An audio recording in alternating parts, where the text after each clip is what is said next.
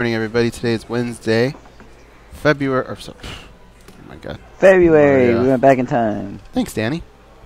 Yeah, that's what I'm here for. Goes. That's Danny. To my left, Gorgeous George. To his left, Dan Tom.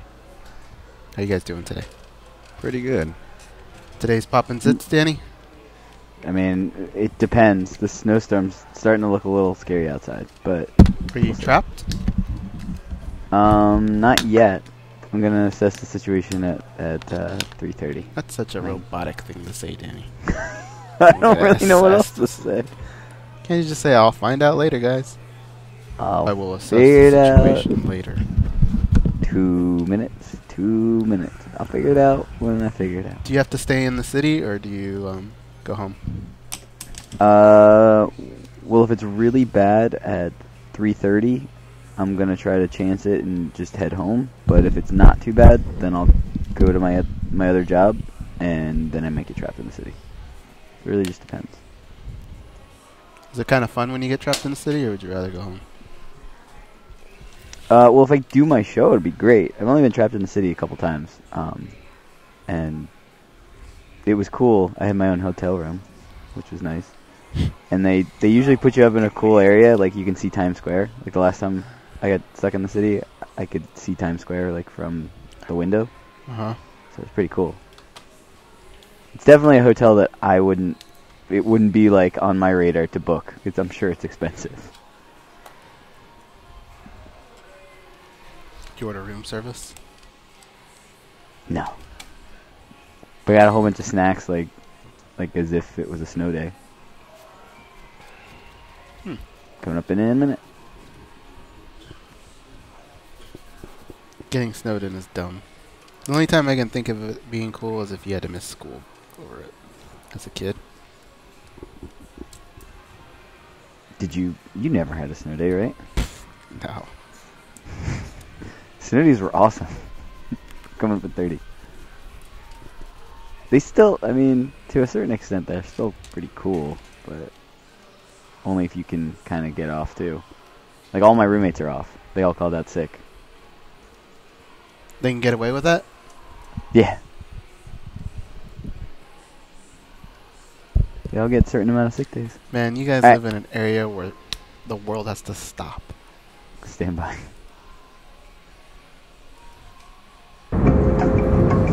This is your captain speaking. We are making our descent into Las Vegas McCarran Airport. On behalf of our crew, we'd like to thank you for flying MMAjunkie Airlines. Now please fasten your seatbelts and put your tray tables in your upright position, because the descent is going to be a little bit bumpy. Alright, Junkie Nation, it's time to roll, baby, on MMAjunkie Radio with Gorgeous George and Go. This is what we doing while we do it, baby. All night long, we rollin'! Yeah! The MMAjunkie Radio revolution is upon us. Can you dig it? There's no escape.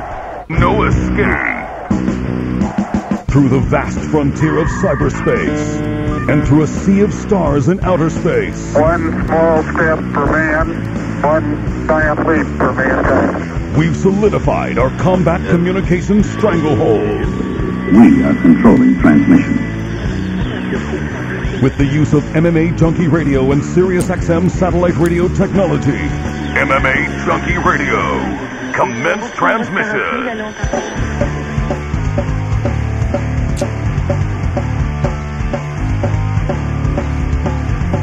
Live from MMAjunkie Radio HQ in the fight capital of the world, Las Vegas, Nevada. Here are your hosts, Gorgeous George and Goes.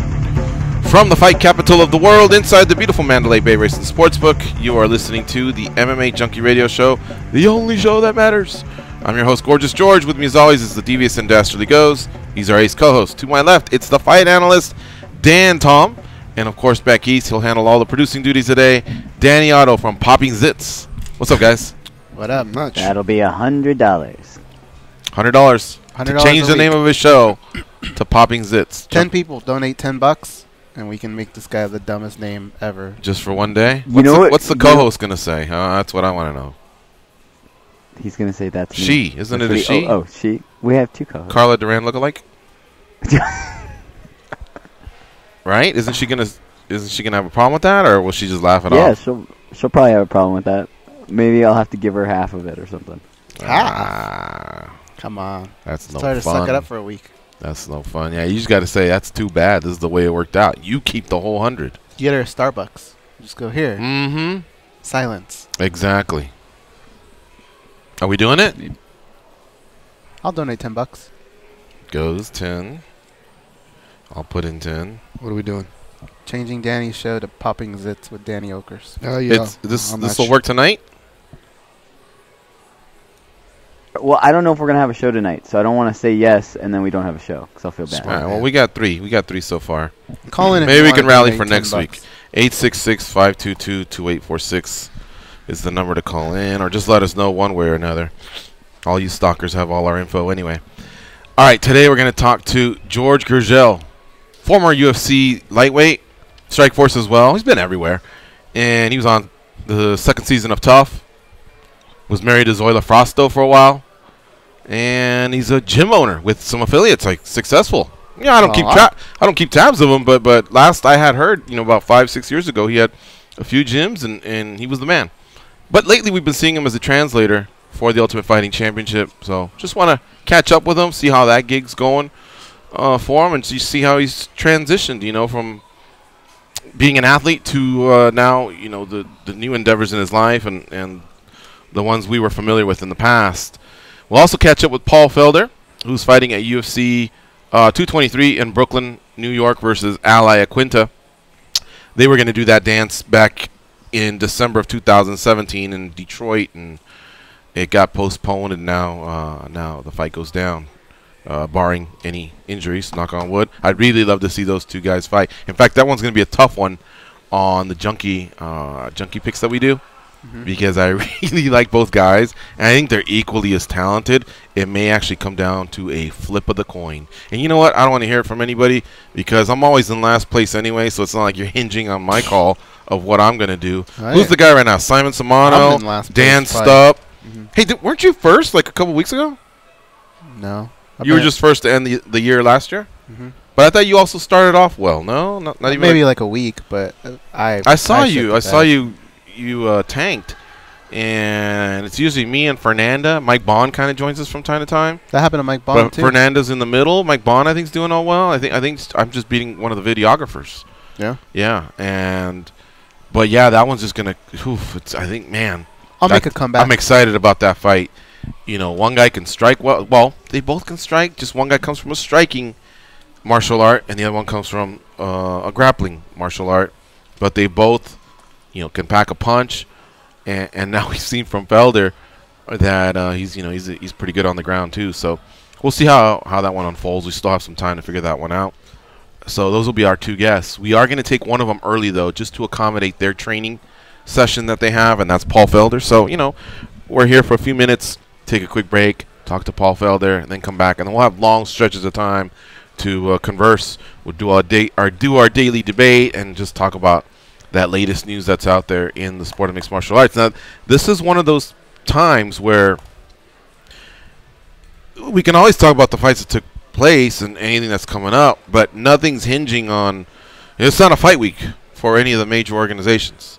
Both Bellator and the UFC are off, and it's what some people want. It is, right? Yeah. So this is kind of our chance to do, top 10 lists or Mount Rushmore talk, or hell, I think at some point I owe it to you guys to solidify the junkie gathering, and I'll explain why there was even yet another delay in kind of giving an official stamp to that as well. But here we are. Happy Hump Day, everybody. You're saying you're feeling better? Not really. Not yet. I was saying I was actually struggling yesterday, but no. No, I mean every day is a little better. Every day's better though, right? Like it hurts to sit right now, for example. But aside from that, every day is a little better. So you're feeling a little sick, but it's not one of the worst ones you've ever received. No, it's one of the best ones actually. It all just hit me right after the show, and then you spend a day where you have like watery eyes, and then the next day you have like a plugged nose, and the next day you have all that happened instead of days. It just happened in hours. So when I woke up in the morning, I felt better than I did yesterday. Mm-hmm. But I still haven't had the runny nose yet, so I'm By the way, expecting that sometime today. Yeah. By the way, I do suggest you take his advice and maybe some chicken soup or something. Probably wouldn't hurt. Chicken soup. That's good advice, man. It made me feel better. I was eating some Chinese chicken soup when I was on the mend because my stomach couldn't really. What's the difference between digest. Chinese chicken soup? It was good, man. It was just like rice, chicken, some ginger. I threw some spinach in there, chicken broth, obviously, and it was just really good. It was just really kind of hearty, easy for your body to digest. You prepared it for yourself? No, my mom did. Oh, nice. Yeah. Okay. I looked at the ingredients, though. I'm like, this is something that I could do myself, and I might actually incorporate it in my diet, just because it's just something that's easy to digest. But you were talking about junkie picks earlier. There's a guy named Dan Tom. I don't know. He's been in first second, place right? he's second now, and I think he's had the most first places for week standings ago. But we'll see. I know exactly. I know. Swing and a miss. Simon and Dan are leading the way. I had to at least get my name in there for that. No, yeah, you've done well. I remember the first week you either were leading right away and I said, well, of course we got a ringer here. You know what I mean? That he watches more tape than anyone else. But I think Simon had that really, really good week this past week, and he's leading the way. So, all right, quick update on myself. If you guys care, yeah. I went to therapy today, and today I was able to bend my leg on my own to 130. And with them pushing the leg further, I got to 135. So those are like personal bests. And get this might sound like so trivial for anybody else, but I was able to stand on both legs and hop up on to a one of those boards that they have, at a physical therapy, like not the one that has the ball in the middle, right? Oh hell no. Okay. On those I do balance exercises. Ricky Lindell? No, those are the ones that do balance exercises like squats, just barely bending the legs. It's more about balance. It's like a stepping class, one of those things. Mm-hmm. You were able to jump on it, hop on it. Was that scary? It was, and let me tell you why. Because when I stood there, the guy that was assisting me today, he had a hand on my back, kind of like I think he knew that this was not going to be easy. Now, guys, I'm cycling, I'm doing lunges and squats, slow and not full, the way everyone else can. But if you were to see me do all that, you'd probably be looking at me going, what are you waiting for? Hop. But this was the first time I actually did something like that in however long. So I stood there and I just thought, do I just push off? Do I explode? Like, what do I do here? The first one was so awful. And the ironic thing was I actually jumped off the bad leg, not the good leg. And I wasn't sure if it was just the trepidation of, am I going to hit the landing? Am I going to trip? Is something going to hurt when I make the initial push? So I said, here we go. And I just kind of like, somehow got up there. But for sure, I pushed off my right leg, and I didn't stick the landing or anything. It looked awful. Did it hurt? I felt a little bit of twinge, but it felt more like a scar tissue deal. So I said, all right, I can do this. And then I did it again. I go, that wasn't so bad. And then by the third time, I nailed it. So much of this is mental that by the end, I was basically just jumping up, jumping down, jumping up, jumping down. Like how high is it? If UFC, it's not that big at all. Maybe this high? I'm not that good at it. No. That's about a half foot, so about a quarter foot, maybe a third of a foot. Okay. Yeah, jumping up, jumping down, jumping down. It really got my heart rate going too, because I guess it was the equivalent of jumping jacks. But I was doing 3 sets of 20. I was my heart was really pounding, and but it was so cool how just like a little kid who holds onto the couch, and he doesn't know if he can take his first step, and like the first time he may go and fall into his parents' arms, exactly, and then the next time he may hold onto the couch, and then what? Like hours later, he's just walking everywhere, like no big deal. That was me, and so I was able to hop and hop back and hop, and like for me, these are like major steps because. Think about it. Like I always think, like when I'm walking Max, if I were to trip, am I gonna bite dust? How bad is the fall gonna be? Because I don't know what I trust my leg to do. The reactions, the planting, the awkwardness. But every single practice or session that I have, we tackle these things, and it's starting to make me back into like a normal human being. Do you have a soft spot for people who ask you how you're progressing? Yeah. All right, I'm going to give you one that I got this morning, and you can see it. It's 8:15 a.m., so it's not somebody that's cashing in on what you just said. 8:15? Well, they're cashing in because... Oh, 8:15. Sorry, it's 10:15. Yeah, I don't know. I was focused on the 15 because we had to do a break here like in 30 seconds. Well, go ahead. Nina's husband, Eddie, he checked in this morning and said, "Hey, sir, hope your brother's doing better with his knee." Yeah. And he asked me for a little update, and I gave it to him. Yeah, and I told him, "Thank you, man. I was just noticing how much better he was doing the other day." You replied that? Mm-hmm. All right. Some notes on Go's scorecard. Yeah, like half credit. Yeah, you know, it's funny because you asked that, and I shouldn't, but I'm just weird. Let's just put that out there. I am weird when it comes to shit, and it has, now that you made me think about it, bugged me that certain people that are close to me haven't asked that question. You should. You know, and then there's others that ask it all the time. I don't think it's weird at all. So that's that. All right, we are gonna take a quick break. Let's cross our fingers. Paul Felder, he'll be our next guest. He's in this fucking basement at Rufus Sport.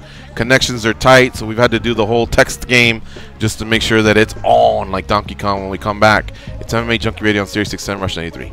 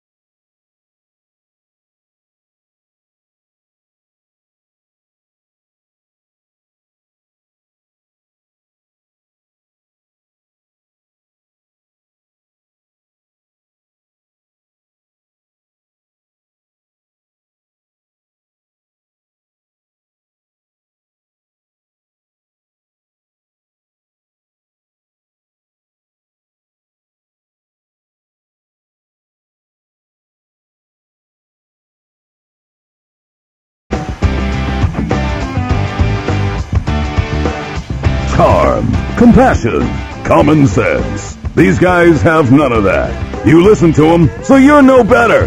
I am awesome, though. They are Gorgeous George and Goes. Really excited about talking to our next guest. His name is Paul Felder, 33 years of age, going to be competing at UFC 223 in Brooklyn, New York versus Ally Aquinta. Philly versus New York. He's got a little bit of an East Coast vibe there. Paul's won his last 3 in a row, 5 of his last 6.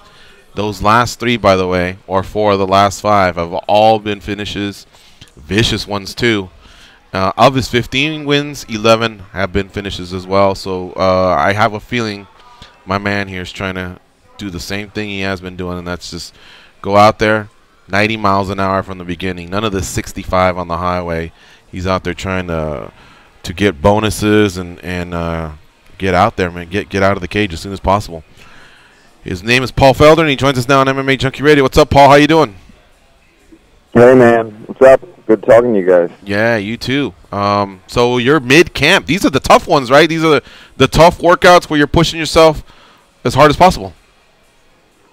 Yeah, because at this point, I'm already in really good shape. So now it's not about getting the weight down, getting in shape. It's about pushing the pace every round, trying to break my sparring partners a little bit, and get them tired and keep on them. Just came from a nice 3-mile run, got MMA sparring at 1:30, and then like 2 hours of pads and bags with Duke tonight. So we're pushing one hell of a pace for this fight. Is this where you're pushing? Is this where you're telling strength and conditioning, push me as hard as possible as well right now?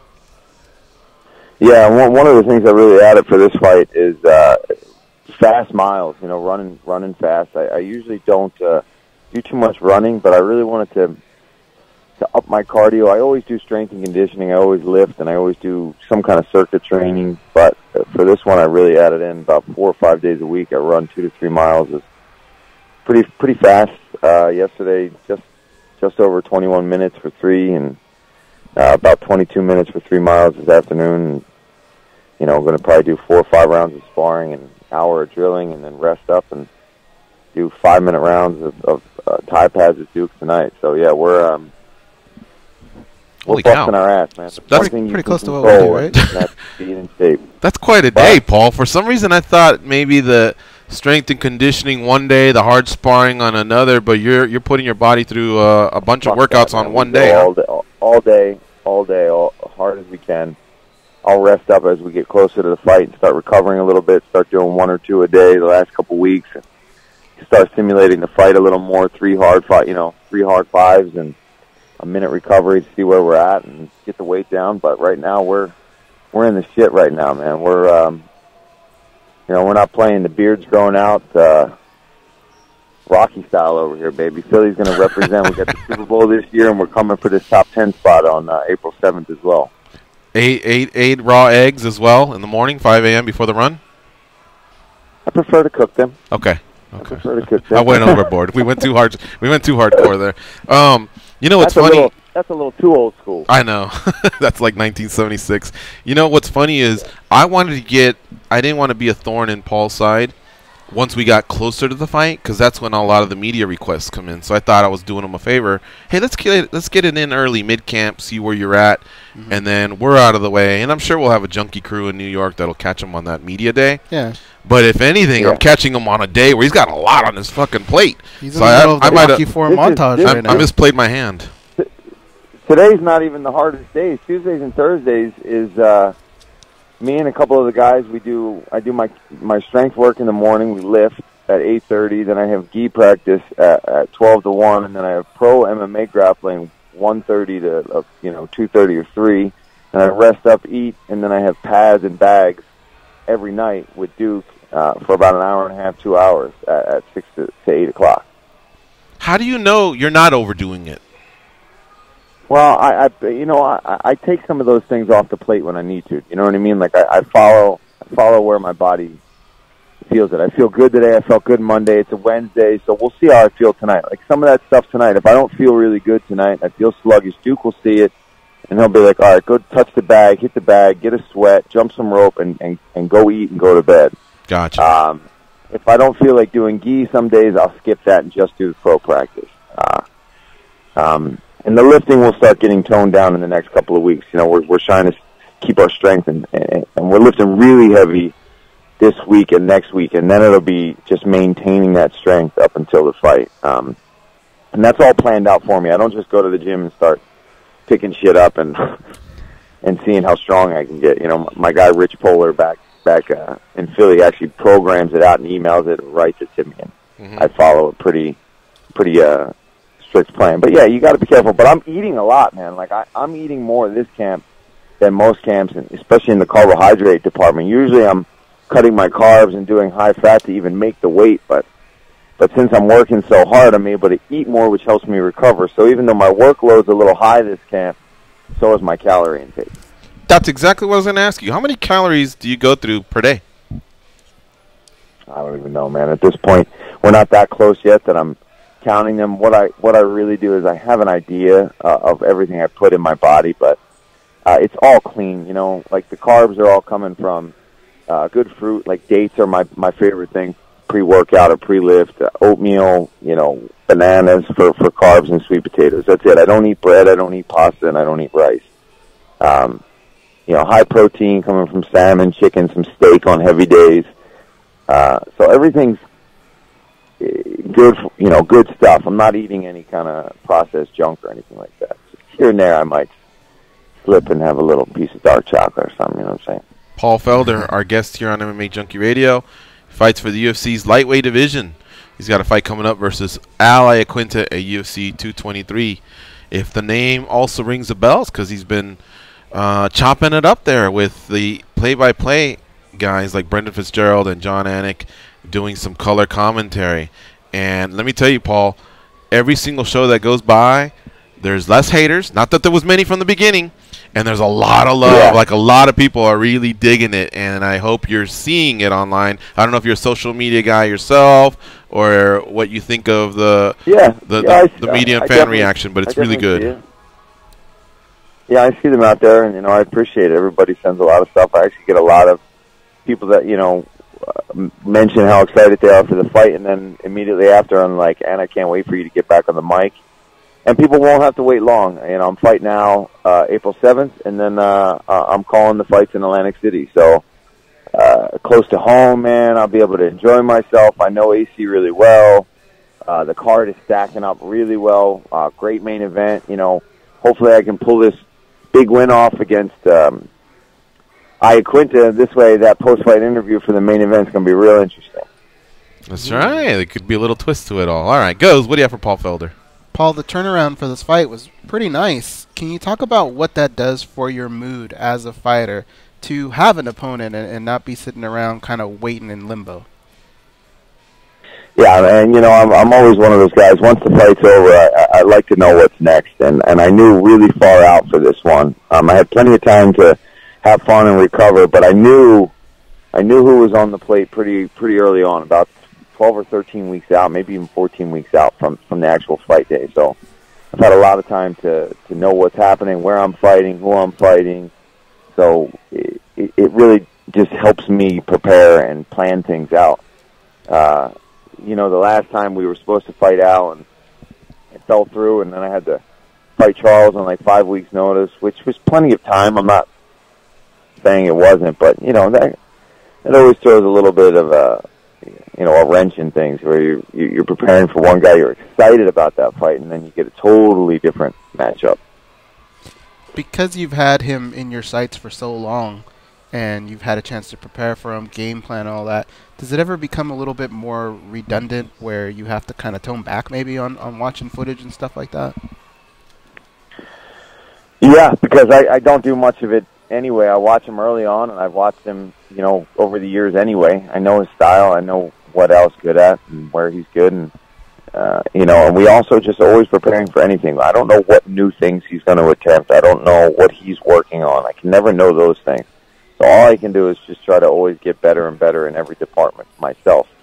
So yeah, I let Duke watch a lot of that. I let my coaches, you know, my coach Daniel, who does my jiu-jitsu, they watch it. My boy Craig, who always corners me, he's a good wrestler. These guys are watching this, and my teammates are doing a really good job stimulating things. Bilal Muhammad, remember the name. He's been helping me a lot, and he's a big, strong welterweight, and good boxing, good wrestling. So I've been working a lot with him for this fight. And there's just a bunch of guys at this gym. This is it's not an easy fight, but it's an easier fight for me to get sparring partners for, just because of Al's size. He's orthodox. Whereas when you fight maybe a tall southpaw or something like that, it's a little trickier. So I've had a lot of good sparring partners. Jared Gordon is coming in, going to train with me for a week and get out of New York for a little bit. So it's going well. I've got a lot of people helping me prepare for this one. Our fight analyst, Dan Tom, has a question or two for you. Paul, what you got, Dan? Yeah, Paul, kind of following up on that, I mean, Al, when he fights you, he's only going to have one fight in the last 3 years. So, I mean, kind of hard to tell what a guy's learned or picked up in that time. So, based on something you said earlier, is this camp more about just focusing on you and filling holes that you see with your game, or what's the approach like? Yeah, absolutely. Always that. I'm always trying to get better on the ground, get better conditioning, everything, and that's what I'm talking about with the running. I want to be able to push a pace, especially since we don't know. Al might come back better than ever. He might come back not so much. He might have some cage rust. We don't know. So I want to be burning and firing on all cylinders for 15 minutes hard, nonstop, no matter what, because I don't know where this is going to go. But I got a lot of guys working a lot of leg lock stuff on me, doing all that in case he's been brushing up on any kind of tricky submissions and things like that. So I've got guys on my legs. I've got guys trying to take me down. I've got guys trying to box with me. So wherever we end up, we're going to be prepared. And also just trying to get better myself. I just want to be a better athlete. The fighter's in me. That's never been a question for me. The fight's going to come out of me no matter what. But just making sure that we are grinding. Duke's got us, like mini little Thailand there in the gym at night, man. We're doing our crazy ab work. Everything's 5-minute rounds, bag work, pad work, jumping rope, ground and pound bags. We do that 4 nights a week and crush it. And the team is we're tight right now, man. We got a good vibe, training with Anthony. Obviously, he's fighting Chiesa on the same night. So we're just kind of bonding together on this and ready to make some noise. And hopefully the two of us can just keep climbing this lightweight rankings. That's awesome to hear, man. And I'm kind of scared thinking about a Paul Felder that's even more conditioned and pushing more of a pace, because the stalking that he does in the octagon is terrifying already. So I'm really excited to see that. No more questions, I guess, for me about the prep. You sound like you're dialed in, Paul, but I will ask you a more of a fun one. I'm going to be up there. I used to live in Brooklyn, so I'm actually going up for this card. And obviously my agenda will have some food in mind. But do you have anything targeted for after, or do you not even think about celebratory meals until after you're done fighting? I'm definitely thinking about things. I haven't planned anything yet, but obviously cheeseburgers, beers, and French fries and candy are pretty much on my mind most of the day. So I'm open for discussion when you get up there, and we can definitely 100% plan some post-fight activities, because I've also got some really good friends that are actor friends of mine that live in Brooklyn and are going to be able to hang out too. So I think win, lose, or draw, man, it's going to be fun afterwards. It's New York. Nothing closes. We'll be able to, no matter what time we get out of that pay-per-view, we should be able to go and grub it up. And I can't wait for that first beer. It's going to taste so very good. I got some solid suggestions for you, though, on the real, if you're serious about doing some damage afterwards. But, yeah, sounds good, Paul. Oh, absolutely serious. George and I won't be there, so hopefully you guys will send us some slow-motion videos if you can. Oh, that'd be great. Slow motion. I'm sure Brian Butler will be taking plenty of slow-motion videos of me eating and drinking. Paul, we'll be back at JBLE with the troops watching you fight. We did it for Detroit, and now we'll be doing it again. So I can't wait to watch it with them and watch you perform. And like I mentioned to them last time, you were an alumni from a previous trip, and they were they had the USA chant going. They won't apply this time, but they were all stoked for you. So I'm sure it'll be a similar atmosphere. Man, tell everybody there, thank you for their service, and cheer for me as loud as they can. I won't be able to hear them in person, but I'll be able to see some footage hopefully afterwards, and it means the world to me that those guys get to relax and have a fun night and watch the fights. And I will absolutely be trying to put on a show for those guys. And my challenge coins are still with me, and they'll be with me again in Brooklyn. Very cool. Hey, one last question, just because I'm curious George. I'm a curious cat. I noticed you had 4 win bonuses, performances of the night in your UFC career. That's 200 G's. Can you pinpoint to like one cool thing you got to do with that? Buy a house, buy a car, anything for your daughter? Yeah, well, actually, my daughter's birthday is going to be in May after this fight, and we're going to have a huge, like, carnival-themed blowout pink party, she's calling it. She wants a pink party, is all she keeps saying. She'll be 3 years old. And she, Daddy, my pink party. And she just started saying it out of nowhere. So we are going to go pink party it out in May after this fight. So that's definitely one of the things I'm going to blow my money on. When I get back, I got to get a new car too. So that's I keep awesome. saying that. It's been like 3 fights in a row that I've said that. I'm a simple guy, man. My money kind of sits around and get some watches and things like that. I'll spend a little bit of it, but I got a daughter, and I want to be able to take care of her too. So that's awesome. But yeah, I don't think anything too crazy. Just lots of food, man. I go out to eat with my friends and my brother quite a bit, and so yeah. All right.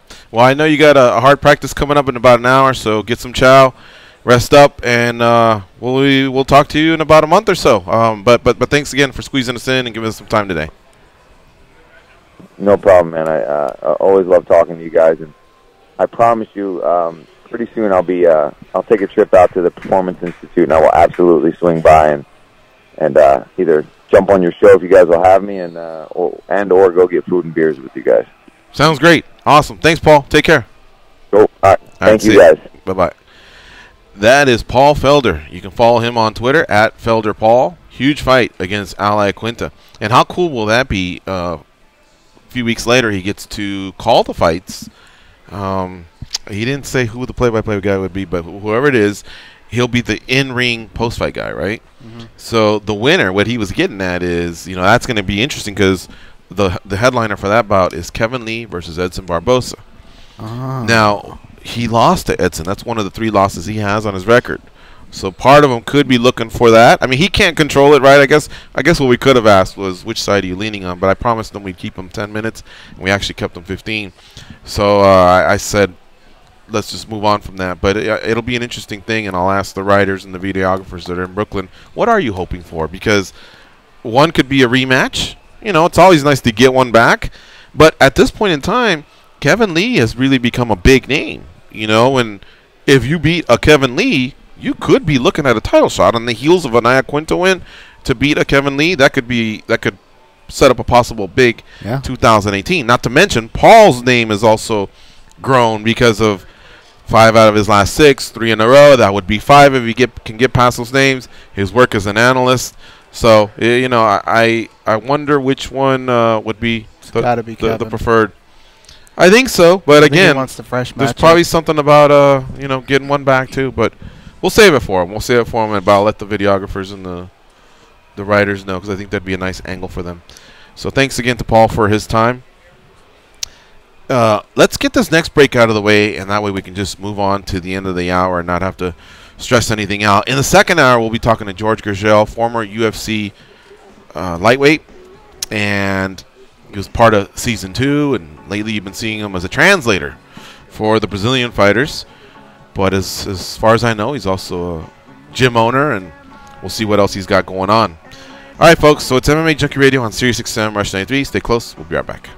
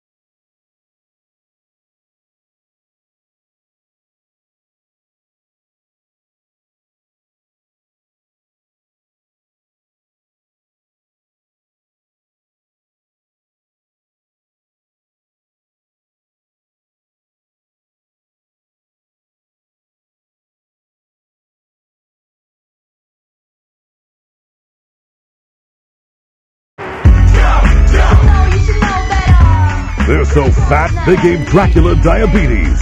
Here are your hosts, Gorgeous George and Goes. The Jim Rome Show is now on SiriusXM weekdays at noon Eastern. Catch The Jungle and the rest of the CBS Sports Network on Channel 201 or on the SiriusXM app. Man, let that one go, Danny. That's what I was doing today. There's only one of them left, right? One of them died? I thought so. These were young kids. Drugs? I'm not sure. But Tripped down the stairs, I believe. One of them put their jeans on backwards and just took a spill. It was ugly. I'm pretty sure one of them is gone. All right, so the name's Crisscross, right? Yeah. With a K. Spelled with a K. Let's look it up. Bam. Crisscross was an American hip-hop duo in the 1990s. All right, Chris Mac Daddy and Chris Daddy Mac. What do we have here?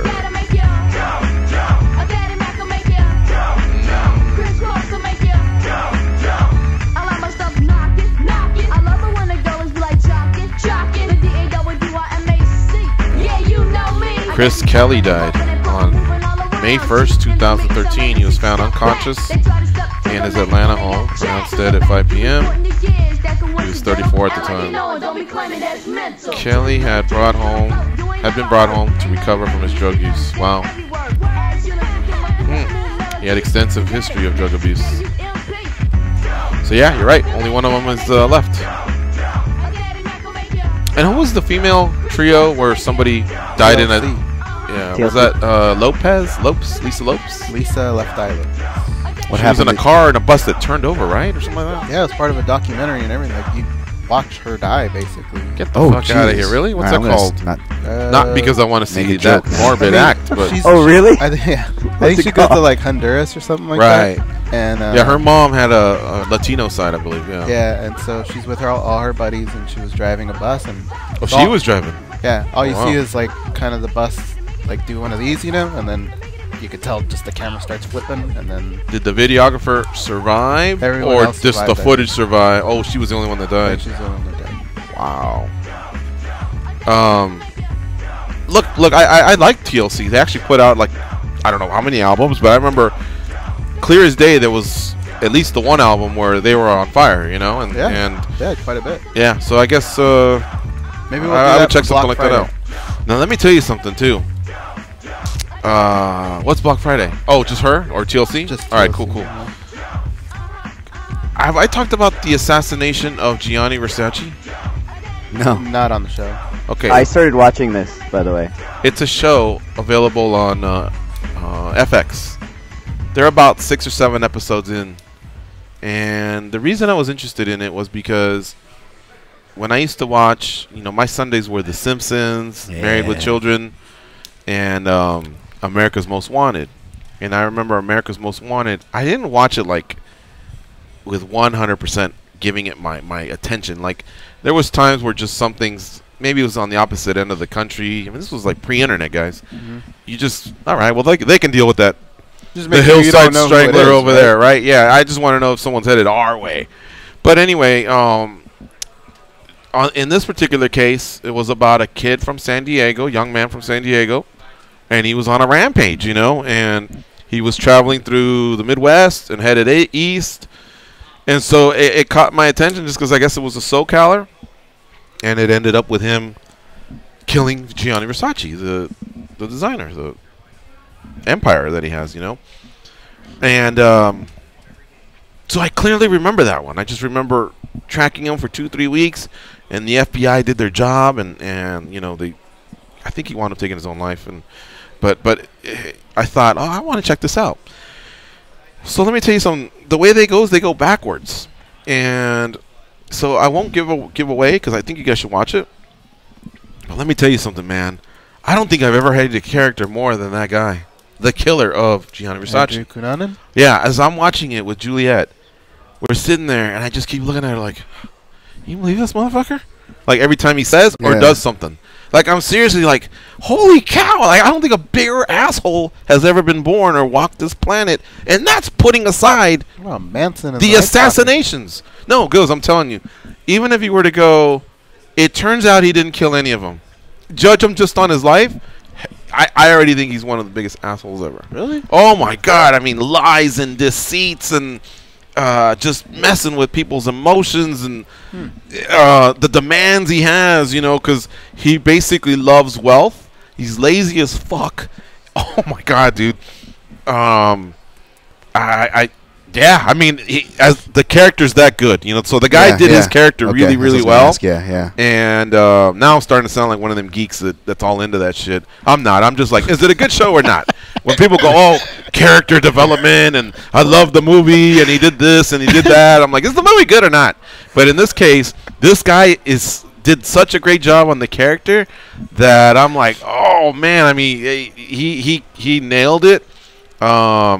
Penelope Cruz is in Penelope it. Cruz. I like She's in it. It took me one episode to figure out who the fuck's her, and then when I looked at it, I couldn't believe it was her. That's how good she's doing. Donatella Versace. I love her below. Oh. And well, all right. Yeah, that's not a giveaway. No, but what are you cracking up over there? Penelope Cruz, because he basically described you, but as a geek. Yeah, pretty much. You're into that? What? Character development and all that? Yeah. Well, I was gonna say I was actually gonna try. Here's what I'm talking about. Okay. Here's what I'm talking about is when people go, hey, did you see the latest Spider-Man? Yeah. Right. And then I just want to know, did you like it? Yeah. I really could give a fuck what else you really thought of it, other than maybe if you want to tack on a sentence or two, like how about the part where, and we just go, yeah, it was nails, I loved it, and then that's it. Let's get back to a game or the show or our personal lives or what we're doing for lunch. But then there's these people that go, Tobey Maguire nailed it, right? So he's out there, and I mean, the essence of Peter Parker and what DC Comics did, and developing the character and the way he portrays Peter Parker, and when I start hearing all that, I just tune out. I mean, what do you mean he nailed it? Jeremy Potter would have. Jeremy Potter, Damon Martin, that's kind of their job a little. I didn't know Dan did it, and I'm not coming at Dan. Oh, no. It's just the ones that can write a whole story over it. Over Peter Parker or Tobey Maguire, or just, was he good or not? Sum it up in 3 sentences. I'll give you the paragraph, and that's it. Did he look like the guy? You want the Roman Gladiator? You just want a thumbs up? That's it. Yeah, that's it. Just. Where do I end up on the spectrum then? Because I could end up proving both of you guys right. By the way, so I'm not even. I'm not even shining. Because for example, I like that you brought up Spider-Man. Because Spider-Man, what ruined it for me was not any character development. Was when Peter. Everybody knows the story. It's not a spoiler. The mugger kills Uncle Ben, and that's what makes Peter Parker become Spider-Man. It's this monumental thing. It's this important action that's supposed to spark the whole story.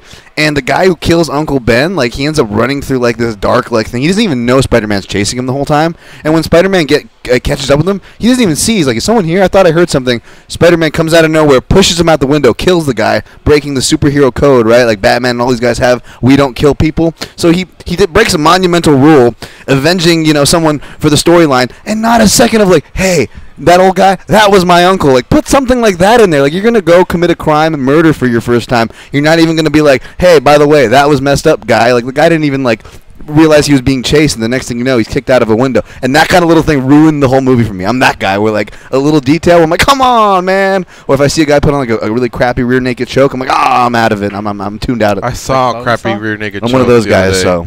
What movie was it? It was terrible. Yeah, right? I think that it may have even been Roadhouse. I can't remember what it was, but it was bad, and I found myself doing that too. But see, I take it another way. Okay. I'm like, did you see Spider-Man? Yeah, man, it was pretty cool. Tobey Maguire, shit, he's probably making a lot of dough. He's done 3 of them. Yeah.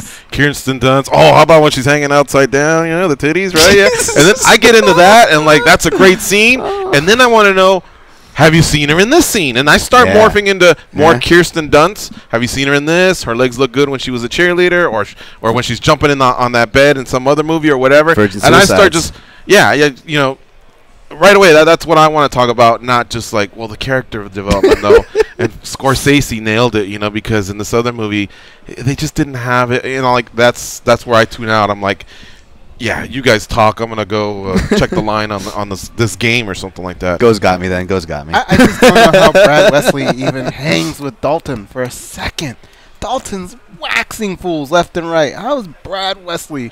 Well, didn't he have a spear? Dude, that was yeah, but come on. I mean, it was like a stick. Dude, there's a slew of those. It wasn't hands on hands though. So he had a couple. I think he landed a couple shots. Maybe because he was tired.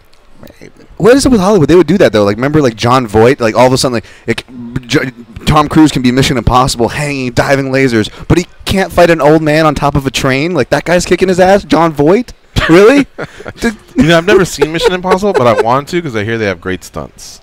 Yeah, except for John Voight kicking Tom Cruise's ass on a high-speed train somehow. I'm a John Voight fan. Me too, but John Voight. Sorry. So I'll give him that one. You should have seen his face when you were going through your rant. It was funny. On the character development? Yeah, I hate these fucking You write about that and all that? No. Oh, okay. But no, I love film. I went to school. I was majored in film. Luke had someone on our channel, too. And he's a solid interviewer, and he can make almost any interview interesting. Mm-hmm. But I think it had to do...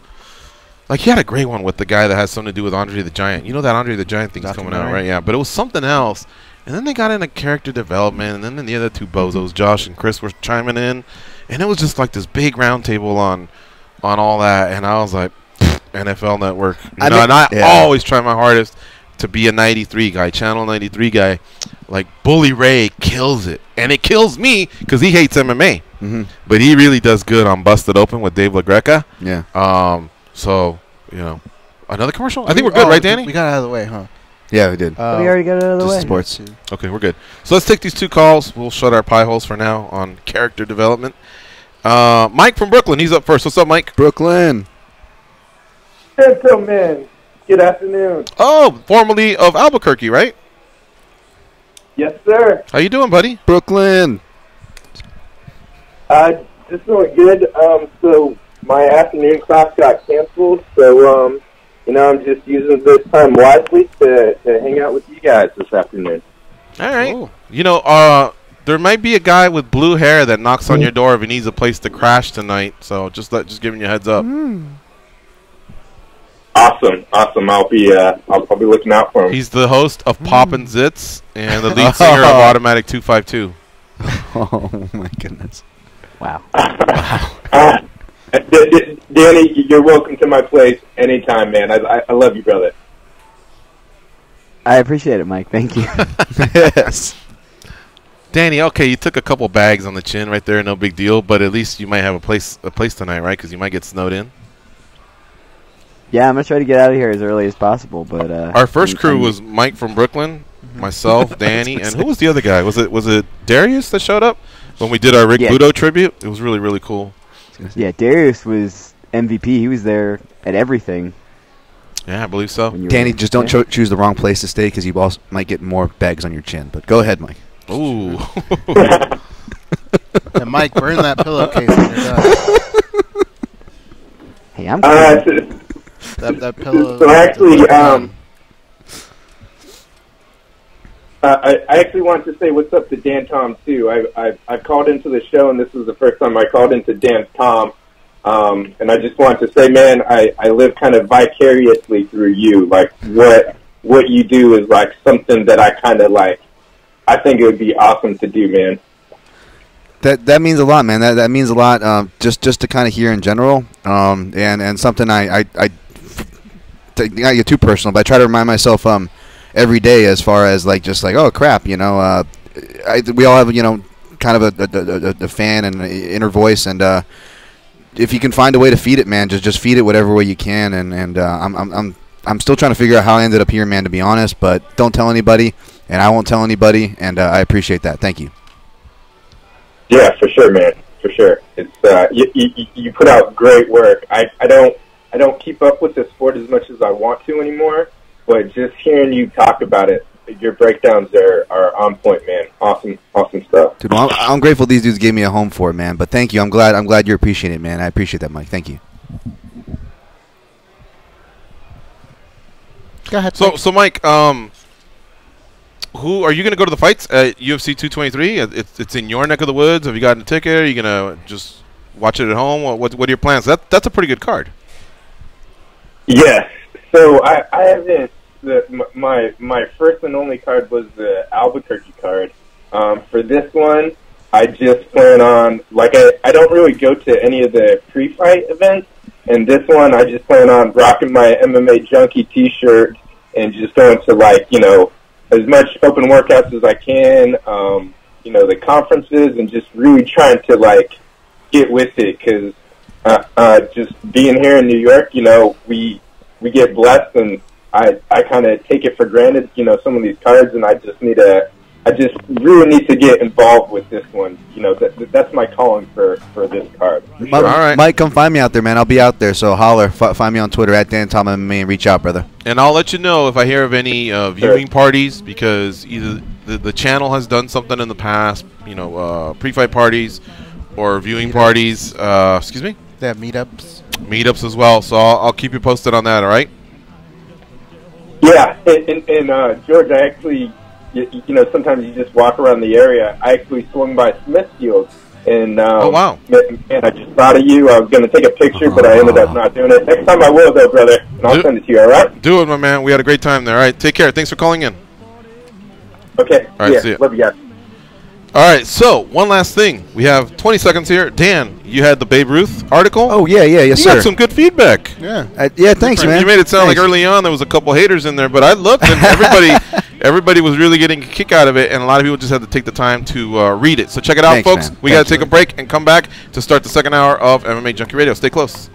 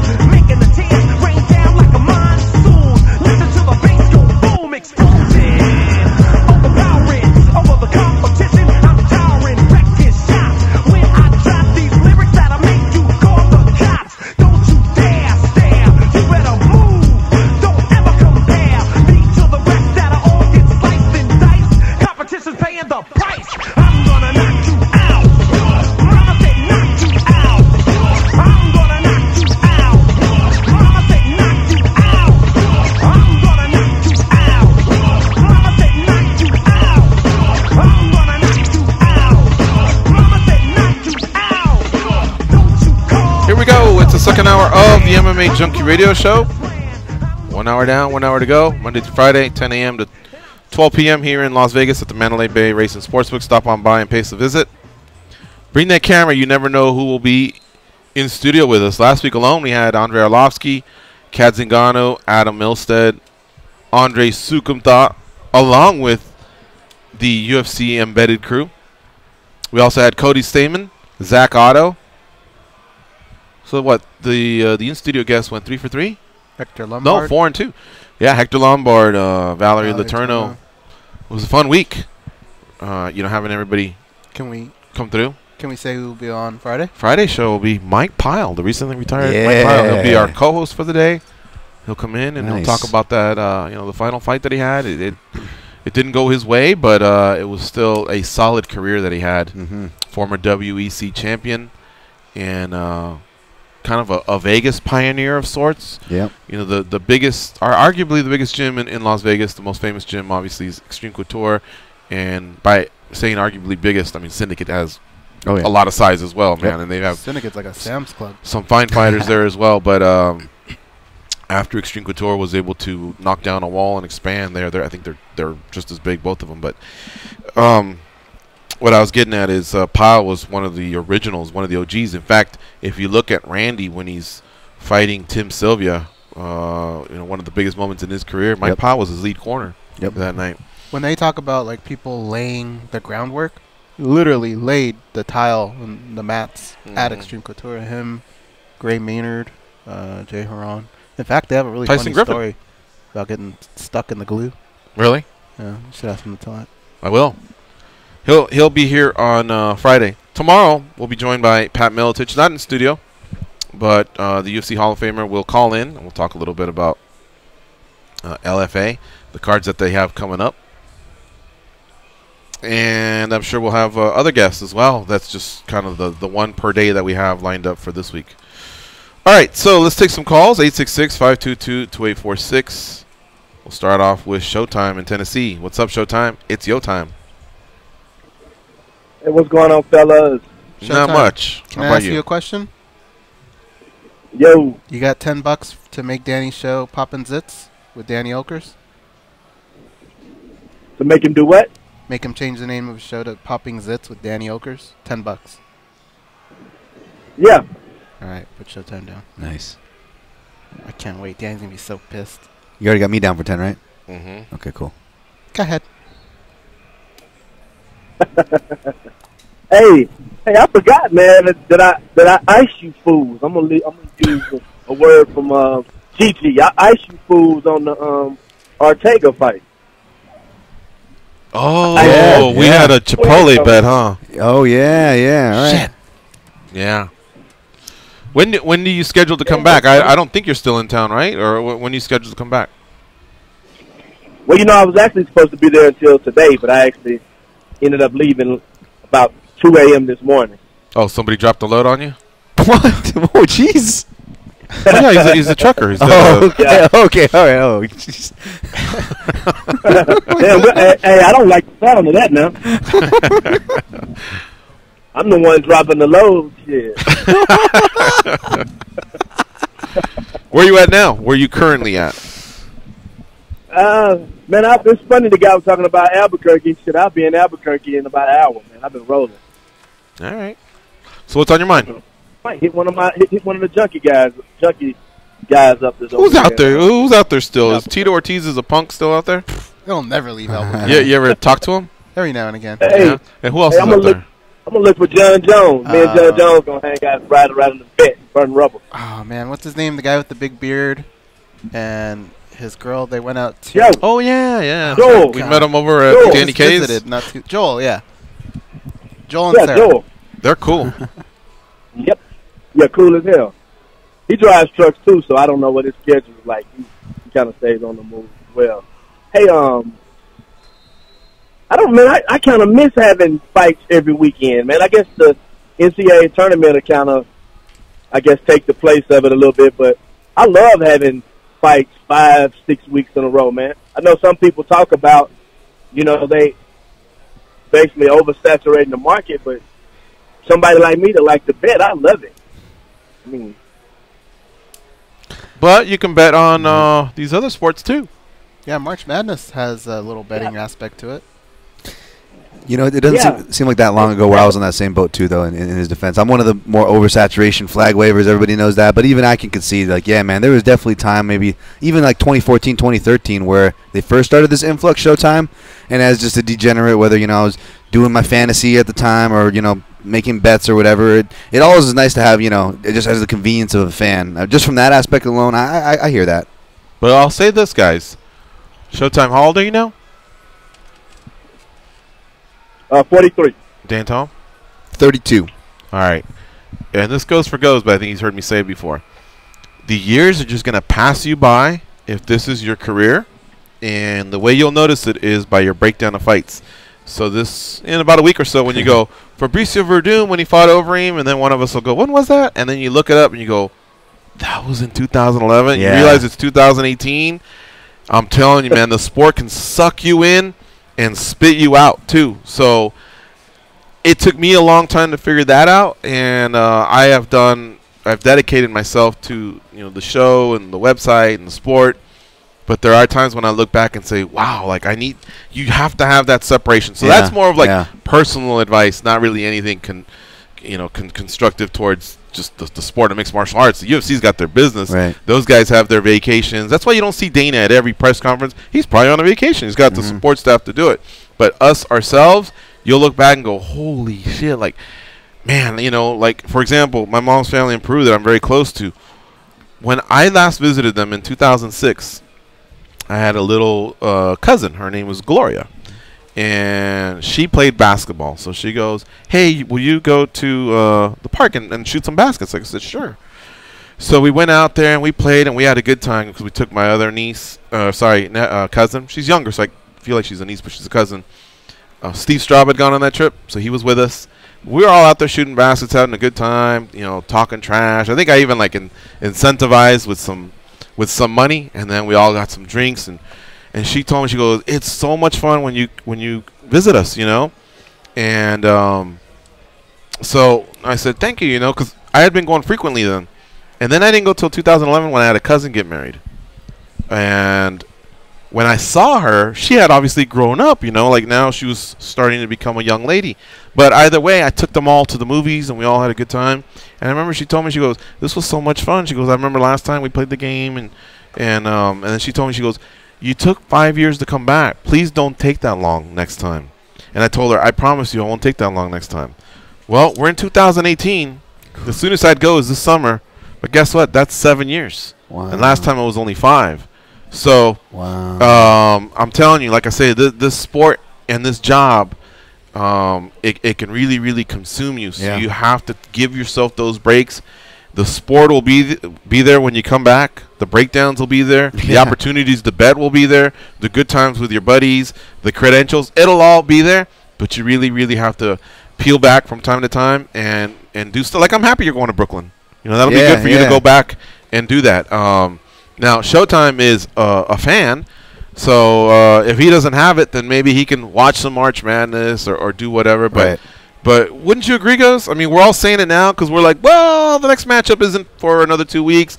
There's nothing like that we know we can count on, you know, like a parlay may hit in 3 days or so or you know, whatever. Catch up on some news, like be a normal human for a little bit. That's some solid advice too. And even though that advice, which super useful to me, what George just said, I think it's important even for fans to hear, whether it's Showtime or someone else, because even though you're not, you know, projecting it on somebody, nor do we expect them to look at it the same way media looks at it. That's not what we're saying. But I think it's important when fans say, why is all the media guys or why is the talk this?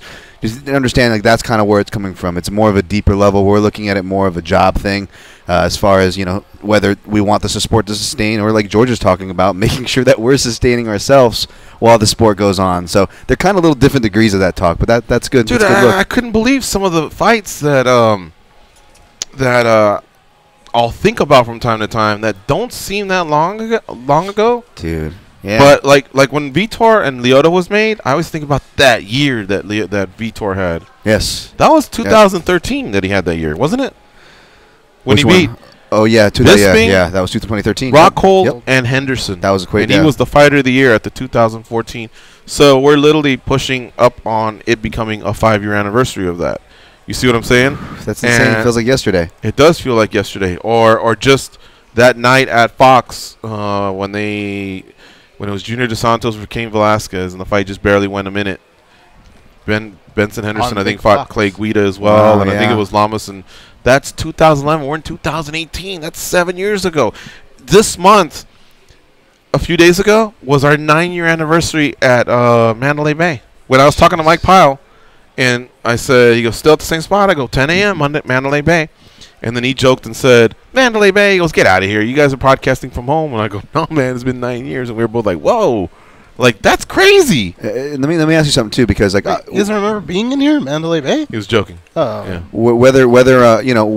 Do you guys do this too? Like, cause like I'm starting to experience what you guys have pretty much been experienced for at least a decade now. You know, these kind of like, oh my goodness, had this amount of time went by. Now I'm starting to see that too. But do you guys ever look at like events and stuff and like associate your lives with memories? Like whether you're trying to recall a mixed martial arts event or a George and Go's event, it kind of crosses the same thing. Like, oh, that was the time when this. Wait, was it 2011 when I went on that trip? Yeah, it did. I remember because this fight card was happening, and that's what I missed to go on this trip. I get a little bit of that, yeah. Like it bleeds into your memory webbing, right? Yeah, yeah. Anyway, somehow we always do this with Showtime when he must either bring up interesting topics or what, but we always do it with Showtime on the phone. And I don't know if we got to all your questions and comments, but do you have anything in closing, Showtime? You want to thank your sponsors? Yeah, I got one more thing. One more thing. I know you guys. Neither one of you have kids. I know. Dan Tom, don't you have a little girl, Dan Tom? No, I got a little dog though. I might have a little girl, but yeah, go ahead, make your point. Okay, I don't know why I thought you had a kid, man. I saw a kid on your Facebook page, and I thought that was your kid. I was gonna say, man, you'll look up and look at your kids. Like I have a son that's 25 and a daughter that's 22. I can remember both of them being little babies, man, and now they both grown, man. That's crazy. Wow. All right, buddy. Thanks for calling in. All right. All right, guys. All right. See you. Easy. Marco and Waco, what's up, man? Hello. How you doing? Marco and Waco? You better have a good Marco and Waco impression if it's not you. Marco from Waco. How you doing, guys? How you doing? It's good Marco from Waco impression. Marco from Waco, can you hear me? Yeah, I can hear you. Hey, guys, so I don't want to talk about oversaturation and the break, actually we need the break for a little bit. But I was thinking, we got the main event for April 7. We got the main for International Fight Week, Stipe and DC. But everybody in their mind want to be the co-main in that July card. And then we got May, Rio, and June, Chicago. They don't got main event announced, but we got a lot of championships that kind of set up. You got TJ versus Mighty Mouse. You got Shevchenko versus Montano.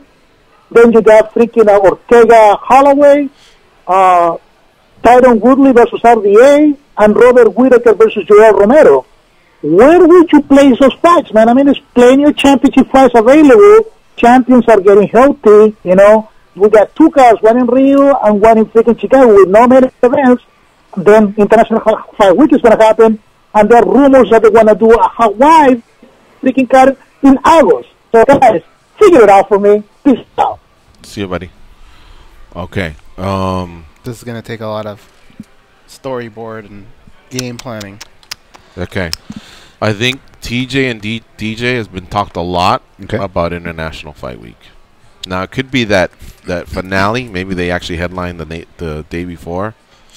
But with this being a super fight and Stipe and Cormier being a super fight, I could see the UFC billing it as super fight night, something like that. So I'm going to give that to them. And then, who could possibly slip into that too? Because I feel like Woodley is the an type RDA of guy that would try. Oh, he's going to ask for it, but I don't think he'll get it. I don't think he'll get it, and I think you could see him Chicago. He's from St. Louis, so he's a Midwest guy. RDA is a West Coast guy who's from Brazil. I don't think they would send him to Brazil. I think Nunes versus Raquel has been pegged for Chicago. And I don't think I think another champion will also be on the same card. And Whittaker offered Romero Chicago. So let's say we leave them 2 alone. Then could Cyborg turn around and defend versus Megan Anderson? Or maybe her and Nunes actually do fight. Then I see that one being the headliner down in Brazil. because they already have Lyoto and Vitor as a co-main event. So I just don't see them putting here and keeping the super fight thing. I don't think they need the 3 fights for Vegas unless they really want to make it up to Vegas. But don't forget, the Ferguson-Habib winner in April could still qualify to fight in September. Or, sorry, in July. I don't think they would. I think that's just too much. Although you should never say that. If they're going to give it to you, take it. So, okay, let's start again. I think Whitaker and Romero in Chicago. TJ and DJ in International Fight Week. And then the one in Brazil, I'm going to go with Nunes and Cyborg. And Max Holloway versus Brian Ortega. If this Hawaii thing is real, then I'd say it'll probably be on the pay-per-view after International Fight Week. Yep. I don't think they're going to fit a Hawaii card in between any of these months. And are they doing 2 events for sure? I could see them doing Shevchenko and Montano on the next Big Fox card, and just saying, here's a title fight for Fox.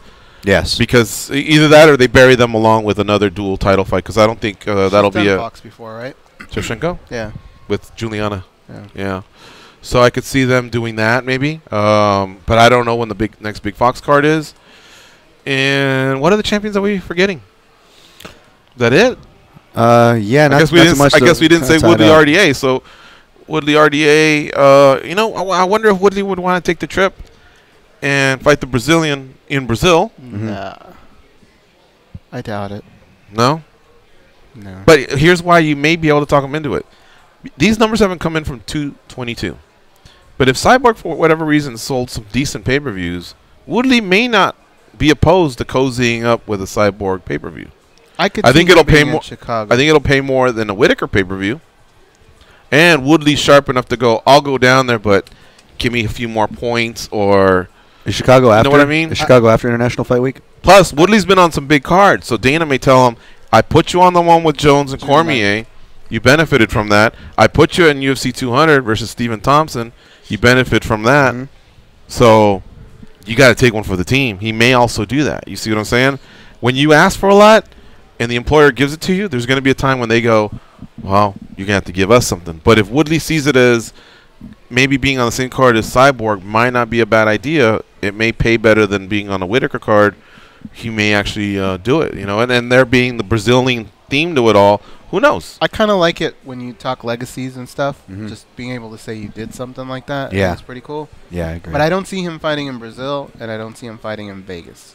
I think it's gonna be hard. Yeah, I think it's hard to get fans to once again invest after what happened in Vegas. I agree unless this is there because his fights were less than stellar. Okay, I agree unless this is there 2 fight cards confirmed for International Fight Week, right? The Chicago card was June 9th. Okay. And then let me. Well, the Chicago card's in June. Okay. My take is I think I hope they're right with August in Hawaii, but if not, August is kind of a low generating month. Whether you're talking about movies, sports, entertainment, it could be a tough month, right? Which is kind of why that was so surprising when the Rousey Correa did so well. You remember that a couple years ago. So I imagine they have to keep some type of, whether it's a big selling championship or not, they have to keep a championship pay-per-view key in play for them. So I think that's going to be the Whitaker Romero. To be honest, it'll be right around the year from when they last fought. It gives Whitaker and Romero enough time to prepare. Where will that card be? In Hawaii? I think I think they're keeping that reserved for August. They're going to wait to see if Hawaii is going to come through with August, which I hope it does. In that case, Romero Whitaker really, it wouldn't have as much of a place on there. Not that it wouldn't belong, obviously, but I imagine they're keeping that one on ice till then. For the International Fight Week, here's the thing. Here's the question: do they stack up the double super fights? Which I agree, they could do super fight night like George said, or do they spread it out because we're in that climate where even though they're searching for the big things, even they know they don't have that many names that they can rely on heavily, and they keep the co-main slot for either a Woodley in Vegas. Which, again, there's the pros and cons to that, right? But, again, I don't see where else they're going to put Woodley as far as what they're going to get from him and appeasing Woodley. So they're going to want to put Woodley on a big card to appease him and also get the most juice they can out of Woodley, right? So I imagine they're going to keep that co-main event open for either Woodley or... Why was this juice? Squeezing the juice like milking a cow. Couldn't you be like squeezing an orange? I've clearly spent very little time on a farm. I'm getting the duties mixed up. Whoa, I don't know about that duty, George. That was a third one that you just... Look like you mixed it over there. Huh? Could have done this. Yeah, I would have done the orange like this. There you go. All right, Dan. So, yeah, I'm I threw throwing you off darts now. at the I threw you dartboard. off now. Honestly, so what you're saying could definitely be right. I in no way feel like I am right. I'm just trying to explore the different possibilities. But I know Tyron's been on some big cards, right? And I could see the UFC on this particular one going, listen, pal, we need you to take one for the team. You know what I mean? Yeah. Here's the one wild card I'll throw, though. What do you guys think? I actually could see, I know I'm going to bring up Conor here, but I could see Conor coming back earlier than a lot of people had expected, because that would be kind of his move, right? Where he kind of quietly got back into the gym finally about a couple of months ago. People noticed he's been slimmed down for these promos. And part of me thinks, in his style is to kind of get the jump on guys. Regardless of what you think of the Edgar thing, whether it was a tasteful tweet or not is a different argument. But I do kind of believe Conor that he was trying for that, because you look at the way he took Mendez, and even the critics will agree, like, oh well, he fought a wrestler, but he did it on his terms, and you can color that as you will, but let's be honest, he did do it on his terms. So Conor's really smart. If you look at the way he match makes, I could see him not, if he's like, okay, if I'm going to defend this title, I'm going to get Khabib and Tony on the quickest turnaround possible. Make them have to turn their bodies around, or he'll do those things for the edge if you look at how historically he match makes. So that's something to throw in there. Where would he be at with Khabib and Ramadan? When's Ramadan? Oh, that's true. Yeah. If it's Khabib, he probably can't do that. Schedules it for the day after Ramadan, so he has to have his training camp during it. If they go to Hawaii, are you in for sure? Ramadan is May 15th to June 14th. So Khabib's fighting on April 7th, so he'll be able to fight, observe Ramadan for the month. Okay. And probably take maybe August. Yeah, and here's late August. I'm seeing that there could be UFC 228 in Moscow, Russia on September 15. That's got to have Khabib written all over it. He's out of Ramadan, and he's spaced out enough from the Ferguson fight that he would be there. Yeah, if he beats Ferguson, he's headlining there. Who against who?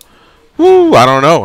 That's a great question. And I frankly, I love the guy, man. He's done a lot for the sport. I just don't believe that Conor would take that assignment. Khabib, and to top it off in Russia, I don't know. Yeah. Unless he sees something that Ferguson exploits that he thinks he can exploit better. But it just seems like, Michael Johnson had like a good first round, and then he was just obliterated. And that's what would happen to, I think, Conor is you just have to be on your bicycle. You cannot stand in front of him. You got to pick your spots, be accurate, make them count, which Conor can do that. Yeah. If he puts his hands on you, he can make it count. But it just seems like a really, really tough recipe.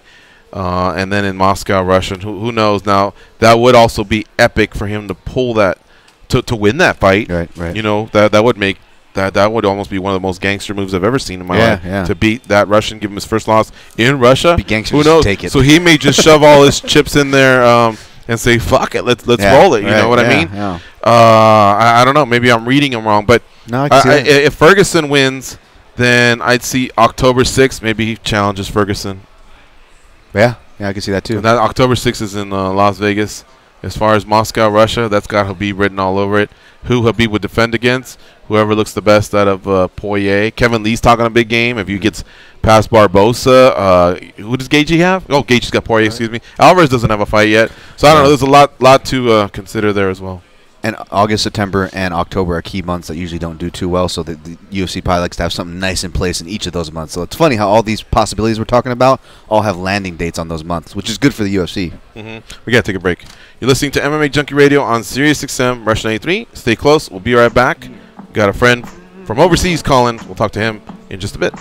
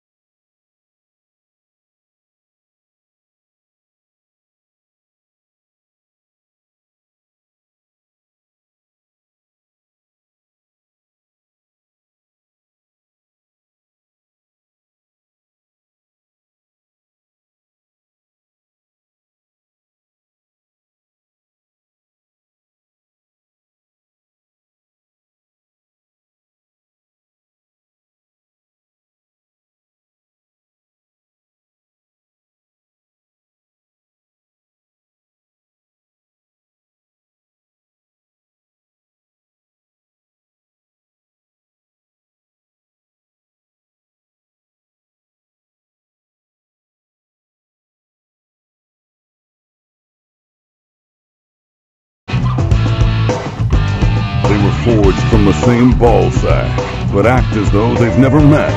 They are the brothers Garcia, Gorgeous George and Goes. Start your day with SiriusXM. Enable the SiriusXM skill on your Amazon device, and then tell Alexa to set an alarm for your favorite channel, and you'll wake up to the sounds of SiriusXM. With SiriusXM and Alexa, you can get the latest sports news each morning without picking up your phone or the beanchy TV. Let's talk to Ben from New Zealand. What's up, Ben? How you been? Ben. Hey, GG, how's it going, buddy? Good. How about you?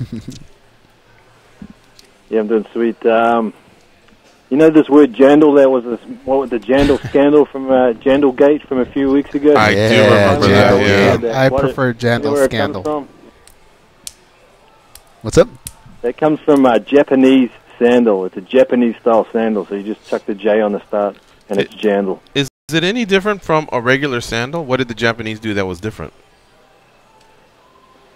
Yeah, I think the other main style of sandal is the Roman sandal, and that just has a bunch more straps. I think it has a strap that goes around the back of the heel. I guess those guys used to wear them when they were fighting and stuff as well, whereas the Japanese sandal is a lot more casual. Now girls wear those, and they think they look cute. Jandals? No, those Roman gladiator sandals that come all the way up to their knees. Oh, yeah, like yeah. They're Maximus and shit. Yeah. You know, I guess I'm over it at this point. Luckily, it's on the other end of the world, and I don't have to hear it often, but it bugged me. I mean, unless there's something really creative to it where you go, oof, those Japanese, man, they hit the nail on the head with this one, jandal all day, baby. I just don't see why I have to say that word ever again. That's the last time I'll say that word in my life. I guarantee you. I'll never say that word again. I'm on Team Slippers with Martin Stabilo, but at least slippers you can say, it doesn't have to be a Hawaiian thing. Like, oh, I can see where they got that. That you slip them on and you slip them off. Okay, I can. But I'm thinking of, like, Montgomery Burns and his robe. Why are you thinking of Montgomery Burns? When I think of slippers, that's what I'm thinking of. Jeez, you know, like Kevin Lee and and Connor. You know how they wear those like Versace slippers? Yeah. Don't they call them slips? Like the rich people call them slips. Huh? Yeah.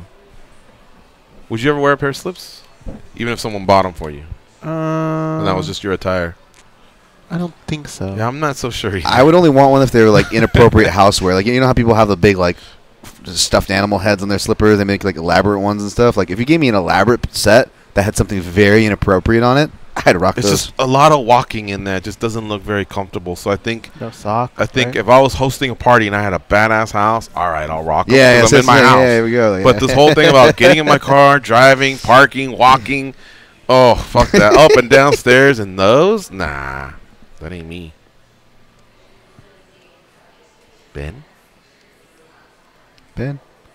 Yeah, well, let's talk about, instead of talking about jandals, let's talk about the two hottest divisions right now, lightweight and featherweight, right? Yeah. And featherweight. Lightweight and featherweight. Brian yeah. versus Max coming up. Yeah, I'd agree with that. Those are some rocking weight classes. Well, Chad Mendes will be eligible again in June, right? He's off a 2-year suspension. He's 1-3 in his last 4 fights, and he's coming off 2 KO defeats. Now, Gigi, you are the king of the rankings, right? He's obviously unranked at the moment. He's not ranked on your rankings. He's not ranked on the UFC rankings. So the guy's off 2-year suspension. He's 1-3 in his last 4, but all of those losses were to top guys, right? When he comes back, where is he ranked? Specifically, is he going to be above Jeremy Stephens? Because Jeremy Stephens, even though he's already lost to Max, he's maybe going to jump Frankie or something. Where is he going to be ranked? Chad, where is Chad going to be ranked? And how many fights is he going to need to get back to be a top contender? Okay, so when he comes back, we'll take a look, because we keep every single spreadsheet that we've ever talked about rankings, since we've been doing this for quite a few years now. We have it. We'll look and see where we removed them, but I know we removed them in the top 5, and those losses you bring up are Edgar, McGregor, and Aldo. Now, McGregor's out of the division, but for sure, I'd have to say, unless Frankie takes another loss, he'll at least sit behind Edgar, Aldo, Ortega, and Holloway, which would put him at 5, ahead of Lamas. And Elkins is making some moves, and he beat him too. Swanson's always been a top 10er, so he'd be ahead of him too. But what will happen is the only way he gets back in is after the fight. So we're talking about a Mendes that wins, and we're talking about a Mendes who will most likely get a high-level guy. So that's why he would slip in probably between 4 and 8, depending on that win. And if he lost, then probably closer to 10. Yeah, that's a fair call. What started me thinking about him was that if Max beats Brian, Max has beat pretty much everyone else in the division except Frankie. He's beat all the high-level guys in particular. He's beat Jeremy, beat Lamas. So it would behoove Frankie to be on the same card as Ortega and Holloway. If you think about it. If he rests. Sorry, say that again? It would behoove Edgar. Yeah, you're right. I was saying it would behoove him to be on the same card as Ortega and Holloway, except Ghost brings up a good point. I mean, I'm always promoting you don't want to have consecutive knockouts too close together. Yeah. So hopefully this is maybe later in August and he's ready to take that, because that was a pretty vicious KO. And he has to make sure that Aldo doesn't get itchy and want to fight anytime soon, because if he does, now he's also coming back from a finish versus Holloway. So who knows? Now, Aldo doesn't fight very often, but he can't let Aldo get right back into a position where now he's fighting for a world title, because then Frankie will sit behind him because of the 2 losses. That's why this was such prime real estate that was in front of him. And you know, because Aldo was kind of out of the way. It was basically Frankie's shot, but we all know what happened. We're not going to talk about that again. But good points. Oh, I like the. Would you guys rather see though? Would you rather see like a? I think Cub and Chad would be appropriate rematch for Chad to come back to. It's a name. It's they're at the ranked. point where some rematches are going to have to take place. You know, Lamas is coming off a vicious KO. Yeah. Emmett's coming off a vicious KO.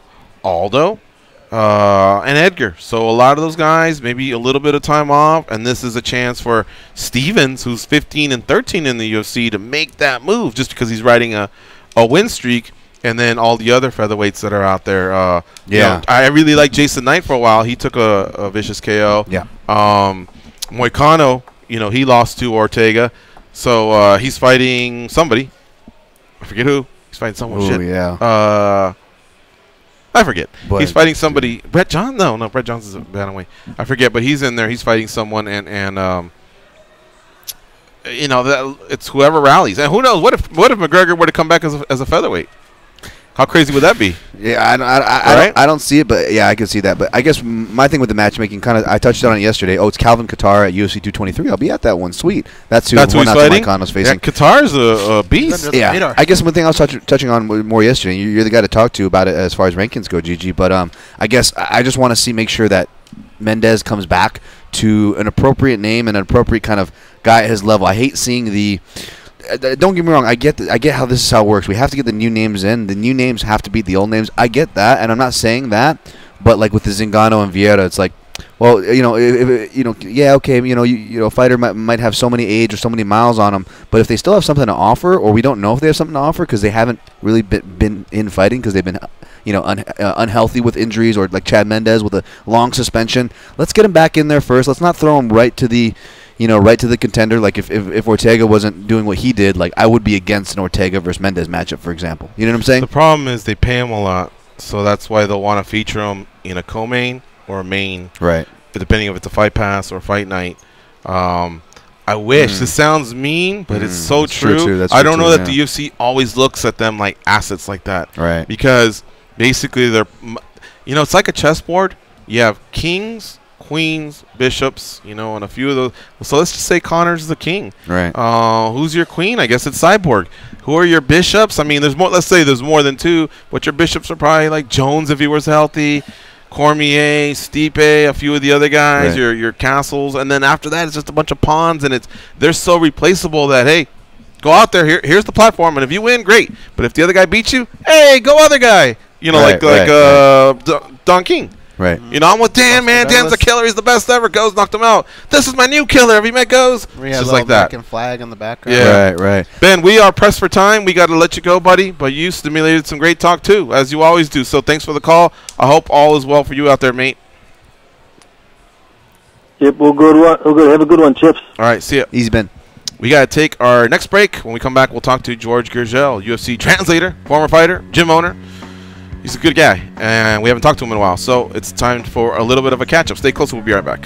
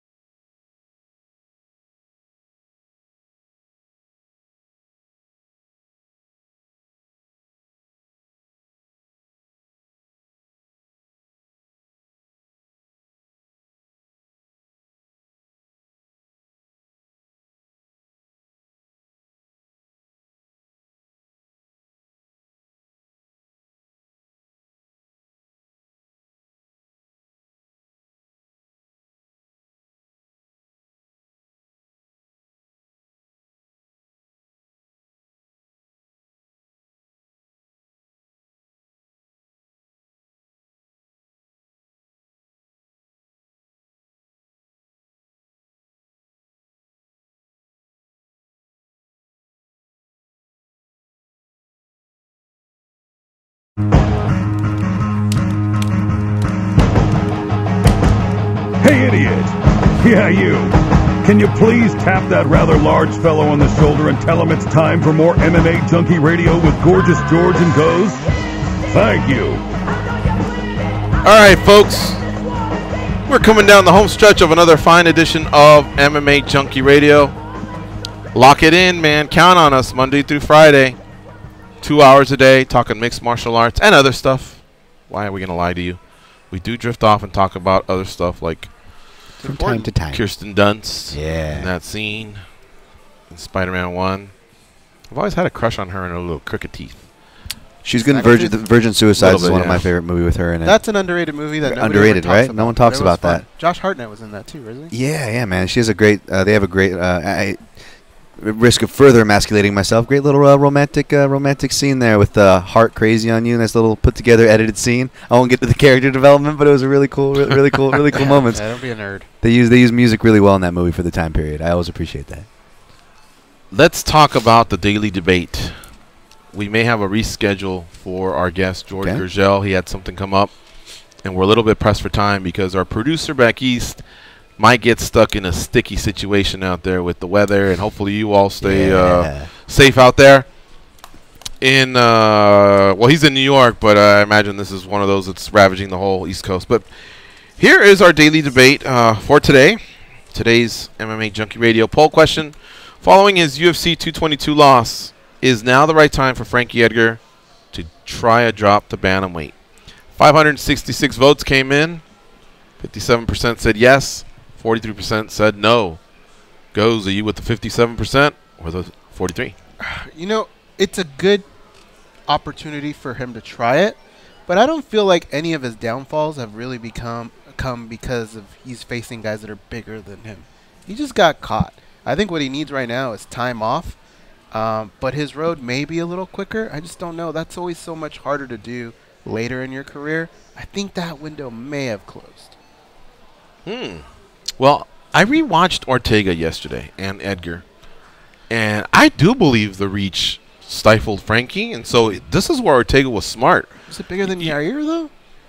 No, he wasn't, but he took down Yair, and he had a chance to take down Ortega, and when Ortega wrapped his arm around, they separated, and normally Frankie, I think, would capitalize and get a takedown.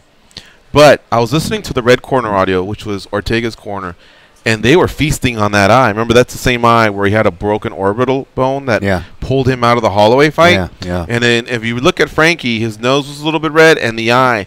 So they were actually tapping that eye. And Ortega's reach helped him out a lot to pump that jab out there, even before he got to the uppercuts that eventually put him away. So in a lot of fights, it had nothing to do with it. In fact, in about 80 to 90% of the fights, the height didn't matter. In this one, it happened to matter. But I'm just thinking of the history. Frankie Edgar right now is out of the picture for 145 pounds in that title picture. But he's not far away. It's going to be Ortega. I mentioned the tease of what if Conor were to drop, and then Aldo and all those other killers, you know, that are there. But Frankie's not far away. So why not dip down right now and do it? He'll have to take a fight. He's not just going to walk in straight into a title shot. He'll have to take a fight. But if he does that and starches someone, I don't see why they wouldn't let him do it. And then on the way up, fight for the featherweight title if he still has that kind of those miles on him. So I would say now's the time. Boy, this is a tough one where I actually want to cut down the center and feel justified in doing so. But if I have to side with either or, I will say stay at featherweight. And if you were to ask me a couple weeks ago, I probably would say the other way. The reason is I still want to see Cruz and Edgar and a bunch of other bantamweight fights. It could be an excuse to rejuvenate Edgar into the division, new life into the career, etc., etc. But speed, not the chin. Speed is usually the first thing to go when you get older. Frankie Edgar is getting older. They're much faster at bantamweight. And as we're seeing from guys like Marlon Moraes and so forth, the knockout powers and the knockout rates are actually increasing. So I'm not sure if it's that easy of an answer if people might think. I still think Frankie Edgar has an out to play. He's still one of the best challenges for both Holloway and the champion before that, McGregor. Not that McGregor will be coming back. In other words, Frankie Edgar still has cards to play at 145. He's still in the mix. Let's see what he can do. It would be historic. And right now, I think it's just the quicker path. But, you know, I don't know. I just want him to do it. I just think I think it's something that I've personally wanted for a long time. So those are just my personal feelings. Yeah. All right, there you have it, folks. That's our daily debate for today. All right, like we were mentioning earlier, it doesn't appear that we'll catch up with our guest today. We're going to reroute him tomorrow, and that way we can take our time and talk about his gyms, his new role as a translator for the UFC, and maybe get a few anecdotes from his fighting career, because he fought for a long time, and he's really, really cool guy. He was in our studio one time, and he was a character, man. I still remember that. Really, really funny guy, George Gurgel. And I always got a kick out of his relationship with Rich Franklin. I mean, they were basically besties, you know. I remember Rich was in a ice bath once, and then George just all of a sudden takes a dip in there, and Rich doesn't have the energy to argue with him because the water had risen, and I think Rich was now having to go through the pain again. The pain for the water rising, you know, from his chest to his neck. And all he could do was sit there and laugh as George went in there and submerged himself and basically joined him. But anyway, it was pretty interesting. So we'll do one more call, and we'll talk to George tomorrow along with Pat Miletich, who's scheduled, and maybe another guest or two, because I've been sending out some texts and emails and making calls, you know, to get some of these guests that are going to be fighting here on some big cards. April's stacked, man, with some really, really great cards. Let's talk to Sam All-Jam from Pennsylvania. What's up, Sam? Hey, Sam. What's good, family? How you guys doing? Good. How about you? I was on the phone talking to Disco Danny about the weather out here in the east, you know. Yeah, the snow's coming down as we speak. But luckily, I was telling him for our end, originally, as of this morning, we were projected 8 to 12 inches. But God willing, I'm not trying to jinx it. It looks we might not get no more than 3 or 4 inches by the end of the day. So we're good. Cool. Yeah. I just called in. I was working from home. I was like, yo, let me give these guys a call. I heard you guys on the phone talking about Frankie Edgar. I heard you guys even talking about Kirsten Dunst. I'm like, what the hell am I calling? I'm like, Kirsten Who's Dunst, your celebrity crush, Sam? Which one? Oh, man. Female.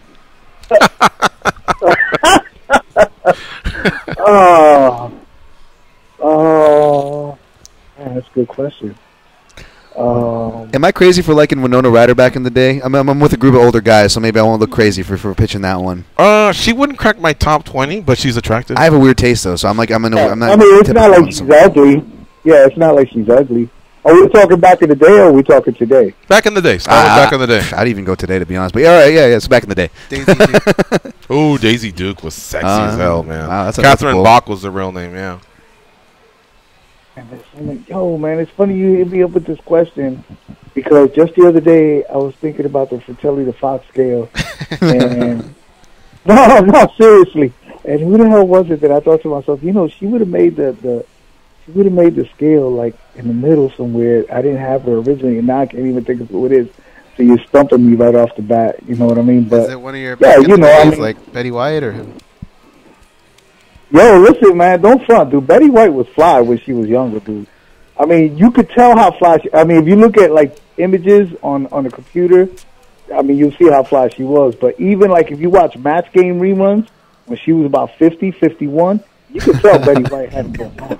That's the one to try to... Huh? Suzanne Summers, her, Cindy Crawford, they never age. Yeah, but yeah, they've aged, dog. If you look closely, they're aging well. They're aging well. You know what I mean? But yeah, they're aging. Sam, you were never who's flying? Fan, huh? Like when Suzanne Summers was on, it was alright, but after that, it got real bad. It got still real, especially when what's his face was gone. Mr. Roper, is that his name? Roper? Yeah. Yeah, that was it, dude. Once Roper was gone, that's it. It's a wrap. Dude. I was never into Don Knotts as the. I like Don Knotts. Really? He was different. He was different from Roper. Roper was awesome, but he was different enough that I really, really dug him. He had that crush on Lana, and then he also stuck with the theme of Tease and Jack for the gay front. He put so that he could live in the building and. Nah, dude, it got too. I lost interest real fast. Put it that way. Don Knotts, when they brought in what's his face Larry as the friend, and it got corny real fast. You didn't like Larry either? What was his real name, or what was his name on the show? They just called him Larry Dallas. But why didn't you like Larry? Nah, it wasn't that. I just lost interest in the show. First of all, the show was never like one of my faves, as is. But it was early on, in summer. Yeah, Larry was always ready to party, and he was the one always trying to. He always had chicks with him, so he would have been fun to hang out with. Larry loved hot tubs. Dude, I think I was watching What's Happening back then. I wasn't watching like Three's Company. I was watching What's Happening and The White Shadow. Good time. White Shadow, yeah, I was down with the White Shadow. You know what I'm saying? But yeah, the White Shadow was cool. So did he give us a chick? We gave him Daisy Duke. Who did he give us? I thought he was zeroing on someone in 3 companies there for a second, but yeah, I'm trying to think real quick. You know what I'm saying? Because I don't want to give like the obvious, like back in the day. Oh yeah, I was down with Halle Berry or Angelina Jolie or something like that. I don't want to give the obvious. I want to go like off. But the show ends soon, brother. Carol Burnett? Just throw out a naked. All right, we've lost all the song now. Lonnie Anderson, WKRP, Lonnie Anderson. Nah. No? Okay. No Daisy Duke, no Lonnie Anderson. You want to go that far back? Yeah. Moolah? Fabulous Moolah? Yeah, right. Damn, dog. Sam, how come you didn't understand "Goes" the first time he said it? I don't remember him stuttering. Yeah. All I know to buy Sam, I'll jam one more minute. All I know is that Three's Company concept. I'll save it for a tease for another story.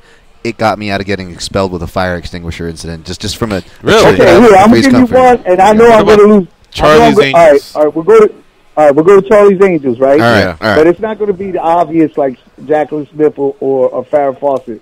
Remember after what's his face left, Farrah left, before Cheryl Ladd came on, they had Shelley Hack. I was feeling Shelley Hack. I do remember her. She was good looking. Yeah, so I was feeling her. You know what I mean? Now you guys are imaging right now. Yeah. You hear the clicking. Let's see what Shelley Hack looks like, guys. Yeah, that's a good one. Well, I mean, she can't be a bad man. I mean, she was one of Charlie's Angels, so it makes no difference. You know what I mean? That's like saying, oh, which one of En Vogue did you want to go with? Like, it made no difference. You just pick one. You know what I mean? You were good. Oh, no, yeah, no, but I didn't remember her, like, in detail, but now that I'm like, yeah, she's good. Cindy Herron from En Vogue. There you go. So the real question for Sam with these older names is there any that he would do now? Taking all these names he just mentioned, who makes the cut now? Shelley Hack's 70 years old, so I don't think she makes the cut. Barbie Benton was always on Fantasy Island. Yeah, she Barbie was always Benton sexy and. Oh, Samantha Fox. Remember Samantha Fox? Yeah. Samantha Fox? Yeah, I think I remember her. Is she still in play? I don't know. No, not now. In the 80s, she was in play, not now. All right. She's all right. All right, Sam, all jam. We gotta move on, my man. Look, this was fun, man. You guys caught me off guard with this, but this was fun. So, you know what I mean? I'll think about it and maybe call back another day and go, yo, I got it. All right, brother. Take care. Stay safe and warm. All right, we'll see you. Yep. All right, folks, we got to get on out of here. George has agreed to appear on tomorrow's show along with Pat Militich, so we'll reschedule him. And East Coasters, man, stay safe, stay warm, find a roof. I don't know what to say. You got yourself in that pickle living over there. All I have to worry about is a scorpion from time to time, and even they don't come close. But anyway, we are out of here. I do want to thank Paul Felder for his time. He fights Quinta at UFC 223, and that's it. We'll see you tomorrow. For Goes and Danny and Dan, I'm George. Go out there and be a champion. Almost hopes down the drain. Fever, Las Vegas turning day.